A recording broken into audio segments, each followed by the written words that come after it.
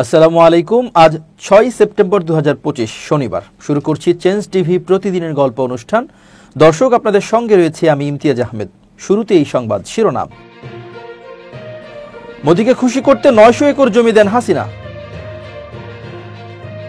এবার প্রকাশ্যে আওয়ামী লীগের পক্ষ নিল জাতীয় পার্টি। ভারতকে ভেঙে ফেলার হুমকি, যা বলছে দিল্লি। এবার বিস্তারিত। বেজা জানিয়েছে 2017 সালের 7 থেকে 10 এপ্রিল ভারতের বিশেষ আমন্ত্রণে দিল্লি সফর করেছিলেন প্রধানমন্ত্রী শেখ হাসিনা। ওই সময় দুই দেশের শীর্ষ বৈঠকে মিরসরাইয়ে ভারতের আদানি গ্রুপকে 1055 একর জমি দেওয়ার বিষয়টি আলোচনা হয়। পরবর্তীতে বাংলাদেশ 155 একর কমিয়ে 900 একর জমি দিতে সম্মতি জানায়। ভারতের প্রধানমন্ত্রী নরেন্দ্র মোদী বৈঠকে বিশেষ অর্থনৈতিক অঞ্চলের দ্রুত কার্যক্রম শুরুর উপর গুরুত্ব দেন। 2019 সালের অক্টোবর মাসে আদানি বন্দর ও বিশেষ অর্থনৈতিক অঞ্চলের সঙ্গে একটি সমঝোতা স্বাক্ষরিত হয়। 2022 সালে আরও একটি চুক্তিতে জয়েন্ট ভেঞ্চার গড়ে তোলার শর্তসহ ভারতীয় এলওসির আওতায় 65% যন্ত্রাংশ ভারত থেকে ক্রয় করার সিদ্ধান্ত নেওয়া হয়। বেজার একজন কর্মকর্তা জানান, এই 900 একর জমির কোনো মূল্য নির্ধারণ করা হয়নি। এছাড়া স্থাপনা নির্মাণ ও উন্নয়নের সব কাজ ভারতীয় প্রতিষ্ঠান করবে, যেখানে বাংলাদেশের কোনো সংস্থা বা নাগরিকের প্রবেশাধিকার থাকবে না। প্রকল্পের যাবতীয় নিয়ন্ত্রণ ভারতই করবে এবং বাংলাদেশ শুধু পর্যবেক্ষক হিসেবে ভূমিকা রাখতে পারবে। চট্টগ্রামের মিরসরাইয়ের এই এলাকায় বঙ্গোপসাগর রয়েছে এক পাশে, অন্য পাশে ঢাকা চট্টগ্রাম হাইওয়ে। তাছাড়া ভারতের ত্রিপুরা থেকে মাত্র 25 কিলোমিটার দূরে। স্থানীয় ঠিকাদার ও গবেষকরা জানাচ্ছেন, এলাকার মানুষ প্রাথমিক থেকেই প্রকল্পটি নিয়ে উদ্বিগ্ন। স্থানীয় কৃষকরা জমি হারানোর ফলে ক্ষোভ প্রকাশ করেছেন। বীর মুক্তিযোদ্ধা ও সামরিক বিশ্লেষক মেজর অবসরপ্রাপ্ত মোহাম্মদ মোস্তফা বলেন, শুধু ক্ষমতায় টিকে থাকার জন্য শেখ হাসিনা ভারতের জন্য এত বড় জমি বিনামূল্যে দিয়েছেন। বাংলাদেশ এখানে কোনো স্বার্থ রাখে না। এটি ভারতের একতরফা সুবিধার প্রকল্প। গবেষণা প্রতিষ্ঠান নয়া দালানের চেয়ারম্যান মুজাহিদুল ইসলাম বলেন, প্রকল্পের মাধ্যমে মিরসরাইয়ে একটি ছোট ভারত গড়ে উঠবে, যা দেশের সার্বভৌমত্ব ও নিরাপত্তার জন্য মারাত্মক হুমকি। প্রকল্পটি বর্তমানে স্থগিত ও পুনর্মূল্যায়নের প্রক্রিয়ায় রয়েছে। 2024 সালের 5 আগস্টের পর স্থানীয় জনগণকে এই এলাকায় প্রবেশের অনুমতি দেওয়া হয়েছে এবং 700 একর অতিরিক্ত জমি বর্তমানে মুক্ত। আওয়ামী লীগের সমর্থক হলেও যারা ক্লিন ইমেজের এবং যাদের বিরুদ্ধে কোনো মামলা বা সহিংসতার অভিযোগ নেই, তারা জাতীয় পার্টিতে যোগ দিলে দলীয় মনোনয়ন পাবেন বলে জানিয়েছেন দলটির কো চেয়ারম্যান মোস্তাফিজার রহমান মোস্তফা। শনিবার রংপুর নগরীর সেন্ট্রাল রোডে জাতীয় পার্টির দলীয় কার্যালয়ে এক কর্মী সমাবেশ শেষে সাংবাদিকদের তিনি একথা বলেন। মোস্তাফিজার রহমান মোস্তফা বলেন, আওয়ামী লীগের সমর্থক, কিন্তু তার বিরুদ্ধে কোনো মামলা মোকদ্দমা নেই। সে যদি যোগ্য প্রার্থী আমরা মনে করি, আমরা দিব না কেন, অবশ্যই দেব। আমাদের ক্যান্ডিডেট ক্রাইসিসকে ওভারকাম করার জন্য আমরা অবশ্যই করব। তিনি বলেন, 300 আসনে আমরা প্রার্থী দেব।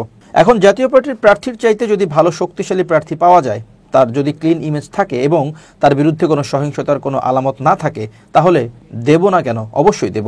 ফরিদপুর, গোপালগঞ্জ সহ অন্যান্য জেলাগুলোতে আওয়ামী লীগের নিরঙ্কুশ সমর্থন রয়েছে। সেখানে যদি ক্লিন ইমেজের লোক জাতীয় পার্টিতে যোগদান করেন, তাহলে তাদেরকে আমরা মনোনয়ন দেব। জাপার এই কো চেয়ারম্যান বলেন, গণতন্ত্রের স্বার্থে যারা গণতন্ত্রের পক্ষের শক্তি এবং এ ধরনের মব ভায়োলেন্স নাই, তাদেরকে বাঁচানোর জন্য বিএনপির একটা ভূমিকা থাকতে হবে, তা না হলে বিএনপি একা হয়ে যাবে। সামনে যদি নির্বাচনে জাতীয় পার্টি না থাকে, তাহলে ইসলামী ঐক্যজোট, জামাত ইসলামী, চরমোনাই, এনসিপি, গণ অধিকার পরিষদ দলগুলো একদিকে থাকতে চায় আর আরেক দিকে থাকতে চায় বিএনপি। এখন তারা যদি বলে পিআর পদ্ধতি ছাড়া নির্বাচনে যাব না, তখন তারা যদি সরে দাঁড়ায়, তাহলে বিএনপি একা হবে। তাহলে একক নির্বাচন জাতীয় ও আন্তর্জাতিকভাবে গ্রহণযোগ্য হবে না। বিএনপিকে বিপদে ফেলার জন্য স্বাধীনতা বিরোধী শক্তিরা কিন্তু চেষ্টা করছে। তিনি বলেন, তারা দেখছে বিএনপি তো এগিয়ে আছে, তারা রাষ্ট্র ক্ষমতায় যাবে। এখন বিএনপিকে আঘাত করতে গেলে পিআর পদ্ধতি বাস্তবায়ন ছাড়া নির্বাচনে যাবে না জামাত ইসলামী। এরকম একটা খোরা অজুহাত খুঁজে বিএনপিকে বিপদে ফেলার জন্য চেষ্টা চলছে। এজন্য সব দলের অংশগ্রহণ নিশ্চিত করতে বিএনপিকে জাপার মহাসচিব এমন কথা বলতে পারেন বলে জানিয়েছেন তিনি। নিষিদ্ধ আওয়ামী লীগ এখন জাতীয় পার্টির কাঁধে ভর করতে চাইছে বলে মন্তব্য করেছেন জাতীয় গণতান্ত্রিক পার্টির সহসভাপতি ও দলীয় মুখপাত্র রাশেদ প্রধান। শনিবার সেগুনবাগিচার ঢাকা রিপোর্টার্স ইউনিটিতে যুব জাগপার 35তম প্রতিষ্ঠা বার্ষিকীর আলোচনা সভায় প্রধান অতিথির বক্তব্যে তিনি এই মন্তব্য করেন। রাশেদ প্রধান বলেন, ভবিষ্যৎ বাংলাদেশে নতুন করে কেউ ফ্যাসিবাদ সৃষ্টি করতে চাইলে ফ্যাসিস্ট শেখ হাসিনার মতোই রুখে দেওয়া হবে ইনশাআল্লাহ। দিল্লিতে বাংলাদেশ বিরোধী কনফারেন্স চলছে। আওয়ামী লীগ দেশে ঝটিকা মিছিল করছে। ভিপি নুরের উপরে হামলা হয়েছে। জাতীয় পার্টির কাঁধে ভর করতে চাইছে পতিত আওয়ামী লীগ। অন্তর্বর্তী সরকার নিন্দা ও প্রতিবাদ করার নতুন মন্ত্রণালয় খুলেছে। তিনি বলেন, আন্দোলন সংগ্রাম, গুলি খাওয়ার সময় ছাত্র যুবক শ্রমিকদের সামনের কাতারে দিয়ে পুরস্কার নেওয়ার সময় জাতীয় নেতারা এগিয়ে আসে। নির্বাচন আসলেই কিছু নেতা নিজের মাথা বিক্রয়ের বাজার বসায়। ফেব্রুয়ারিতে নির্বাচনকে মাথায় নিয়ে নেতারা ক্ষমতার রাজনীতি করছে। আওয়ামী লীগ জাতীয় পার্টি 14 দলকে চিরতরে নিষিদ্ধ করতে হবে। ছাত্র যুবক ভাইরা সচেতন থাকবেন। ফ্যাসিবাদ ও আধিপত্যমুক্ত বাংলাদেশ গড়ে তুলতে হবে। স্থানীয় সরকার, পল্লী উন্নয়ন ও সমবায় বিষয়ক উপদেষ্টা আসিফ মাহমুদ সজীব ভুইয়া বলেছেন, যারা ডিসেম্বরে নির্বাচন চেয়েছিল তাদের অনেকে নির্বাচন পেছানোর ষড়যন্ত্রে লিপ্ত হচ্ছে। তারা আওয়ামী লীগের পুনর্বাসনের চেষ্টা করছে। শনিবার শেরেবাংলা কৃষি বিশ্ববিদ্যালয়ের অডিটোরিয়ামে পল্লী দারিদ্র্য বিমোচন ফাউন্ডেশনে নবনিযুক্ত কর্মকর্তা কর্মচারীদের ওরিয়েন্টেশন অনুষ্ঠানে তিনি এসব কথা বলেন। আসিফ মাহমুদ বলেন, যারা নির্বাচন বানচালের ষড়যন্ত্র করছে, নির্বাচন হলে তাদের স্বার্থে আঘাত লাগবে। তিনি বলেন, বাংলাদেশের প্র্যাকটিস হচ্ছে, যখন যে সরকার ক্ষমতায় থাকে তারা তাদের নিকট মানুষকে নিয়োগ দিয়ে থাকে। আমরা চেষ্টা করছি কোনো নির্দিষ্ট দলের নিয়োগ না, বরং স্বচ্ছতার ভিত্তিতে চাকরিতে নিয়োগ দিতে। তিনি আরও বলেন, মেধাবীরা দেশের সম্পদ। কোনো স্বজনপ্রিয়তার অভিযোগ আমার কাছে আসেনি। কোনো মামা, চাচা বা ঘুষ ছাড়া যারা নিয়োগ পেয়েছেন তাদের সময় এসেছে দেশকে কিছু প্রতিদান দেওয়ার। জাতীয় পার্টির কার্যালয়ে হামলার বিষয়ে স্থানীয় সরকার উপদেষ্টা বলেন, এই বিষয়টি অত্যন্ত নিন্দাজনক। এ ধরনের হামলা যাতে না হয় সে ব্যাপারে সংশ্লিষ্ট কর্তৃপক্ষের দৃষ্টি আকর্ষণ করছে। সাংবাদিকদের এক প্রশ্নের জবাবে তিনি বলেন, মব আর রাজনৈতিক কর্মসূচি দুইটার মধ্যে পার্থক্য বুঝতে হবে। লাশ পোড়ানোর মতো ঘটনা অত্যন্ত নিন্দনীয়। এতে কাদের দায় আছে, কাদের অবহেলার কারণে এই পরিস্থিতি সৃষ্টি হয়েছে সেটি আমি দেখব। বাংলাদেশের কোথাও শেখ হাসিনার মতো আর কাউকে একনায়ক হয়ে উঠতে দেওয়া হবে না বলে মন্তব্য করেছেন জাতীয় নাগরিক পার্টি এনসিপির উত্তরাঞ্চলের মুখ্য সংগঠক সার্জিস আলম। পঞ্চগড় সরকারি অডিটোরিয়ামে এনসিপির পঞ্চগড় জেলা শাখা আয়োজিত বিচার, সংস্কার ও গণপরিষদ নির্বাচনের মাধ্যমে নতুন সংবিধান শীর্ষক কর্মশালা ও সমন্বয় সভার প্রধান অতিথির বক্তব্যে তিনি এসব কথা বলেন। সার্জিস আলম বলেন, দেশের রাজনৈতিক সংস্কৃতিতে আজও অনিয়ম, দুর্নীতি, হুমকি ও অপকর্ম চলমান। এসব কারণে সাধারণ মানুষ আবারও রাজনৈতিক দলগুলোর উপর থেকে আস্থা হারাতে শুরু করেছে। যেই হোক চোর, বাটপার, চাঁদাবাজ বা হুমকিদাতা, আমরা তাদের নাম পরিচয় সহ তালিকা প্রকাশ করব। আর বাংলাদেশের কোথাও শেখ হাসিনার মতো আর কাউকে একনায়ক হয়ে উঠতে দেয়া হবে না। তিনি বলেন, শেখ হাসিনা ও তার ছাত্রলীগ যেটা করতে পারেনি সেটি আজ বিএনপির ছাত্রদল শুরু করেছে। তারা স্কুল পর্যায়ে কমিটি গঠন করছে। আমরা স্পষ্ট করে বলছি, কোনো স্কুল কলেজে রাজনীতির নামে নোংরা চর্চা ঢুকতে দেওয়া হবে না। শিক্ষা প্রতিষ্ঠানকে কলুষিত করার যে কোনো প্রচেষ্টা আমরা প্রতিরোধ করব। সার্জিস আলম বলেন, আমাদের প্রতিপক্ষ কোনো রাজনৈতিক দল নয়। বিএনপি বা অন্য কোনো দল যদি ভালো কাজ করে আমরা তাদের গলায় মালা পরিয়ে সম্মান জানাবো। তবে কোনো অপকর্ম হলে তা যে কোনো মূল্যে প্রতিরোধ করা হবে। যে অপকর্মে অতিষ্ঠ হয়ে জনগণ গণ অভ্যুত্থান ঘটিয়েছে সেই ধরনের অপচেষ্টা সহ্য করা হবে না। তিনি অভিযোগ করে বলেন, পঞ্চগড়ের বিভিন্ন উপজেলা ও ইউনিয়নে এনসিপির নতুন কর্মীদের বিএনপি নেতাকর্মীরা হুমকি দিচ্ছেন। দেবীগঞ্জ উপজেলার শালডাঙ্গা ইউনিয়নের বর্তমান চেয়ারম্যান বিএনপি সমর্থিত ফরিদুল ইসলাম সম্প্রতি এনসিপির প্রধান সমন্বয়কারীর বাড়িতে গিয়ে তাকে এবং তার বাবাকে প্রকাশ্যে হুমকি দিয়েছেন। বাংলাদেশের রাজনীতির স্থিতিশীলতার জন্য এটি ভয়ঙ্কর দৃষ্টান্ত। অনুষ্ঠানে জাতীয় নাগরিক পার্টির যুগ্ম আহ্বায়ক সারওয়ার তুষার সহ পঞ্চগড় জেলা এনসিপির বিভিন্ন পর্যায়ের নেতাকর্মীরা বক্তব্য রাখেন। রাজনৈতিক কর্মশালা ও সমন্বয় সভায় জেলার বিভিন্ন উপজেলা থেকে ৫ শতাধিক নেতাকর্মী অংশ নেন।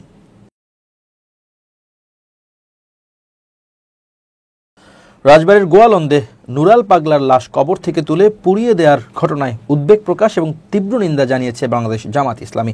দলের সহকারী সেক্রেটারি জেনারেল এবং কেন্দ্রীয় প্রচার ও মিডিয়া বিভাগের প্রধান অ্যাডভোকেট এহসানুল মাহবুব জোবায়ের শনিবার এক বিবৃতিতে বলেন, রাজবাড়ীর গোয়ালন্দে নিজেকে ইমাম মাহাদি দাবি করা নুরুল হক ওরফে নুরাল পাগলার লাশ কবর থেকে তুলে কথিত ইমান আকিদা রক্ষা কমিটির লোকজন পুড়িয়ে দিয়েছে। নুরুল হক এখন মৃত। তার জীবদ্দশায় যা কিছু করেছেন তার জন্য তিনি আল্লাহর কাছে জবাবদিহি করবেন, কিন্তু এভাবে লাশ কবর থেকে তুলে পুড়িয়ে দেওয়া ইসলাম অনুমোদন করে না। এ ঘটনার মাধ্যমে মানবিক ও ধর্মীয় মূল্যবোধ লঙ্ঘিত হয়েছে।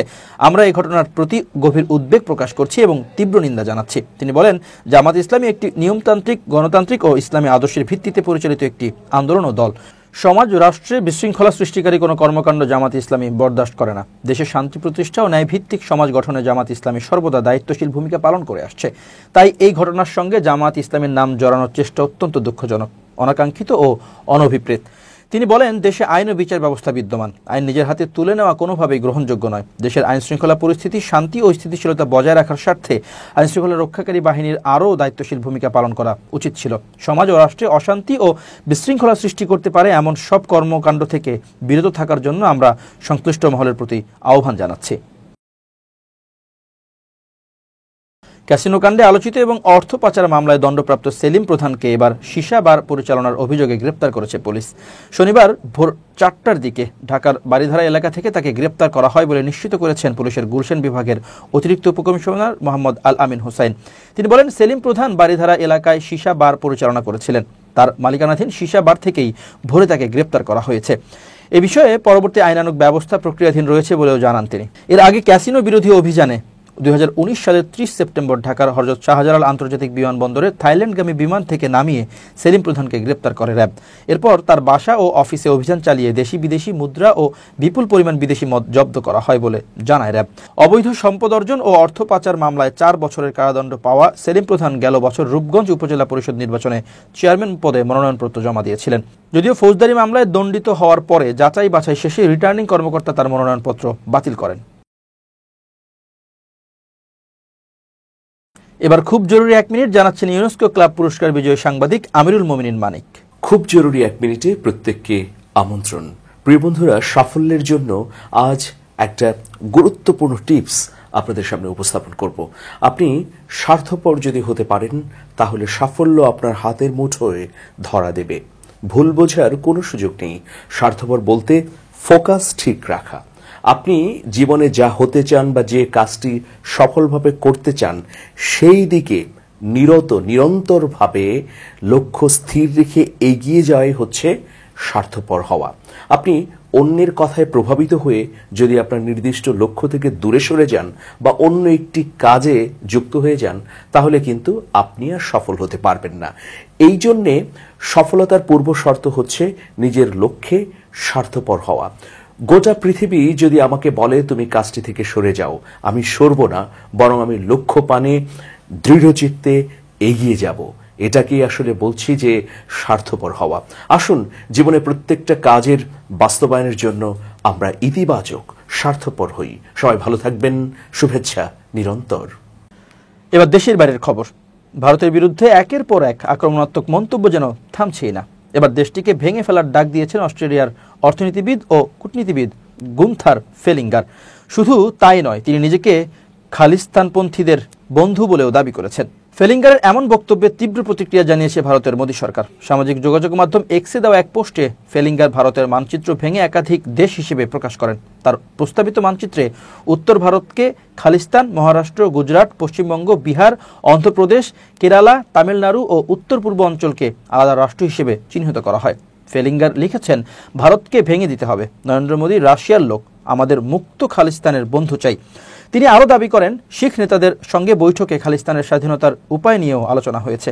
ফেলিঙ্গারের পোস্ট প্রকাশ্যে আসতেই নয়াদিল্লি থেকে শুরু করে আন্তর্জাতিক অঙ্গনে তীব্র প্রতিক্রিয়া দেখা দেয়। ভারতের কর্মকর্তাদের অভিযোগ, এটি দেশের সার্বভৌমত্বে হস্তক্ষেপের শামিল। মোদী সরকার ফেলিঙ্গারের এক্স প্রোফাইল ভারতে বন্ধ করে দিয়েছে।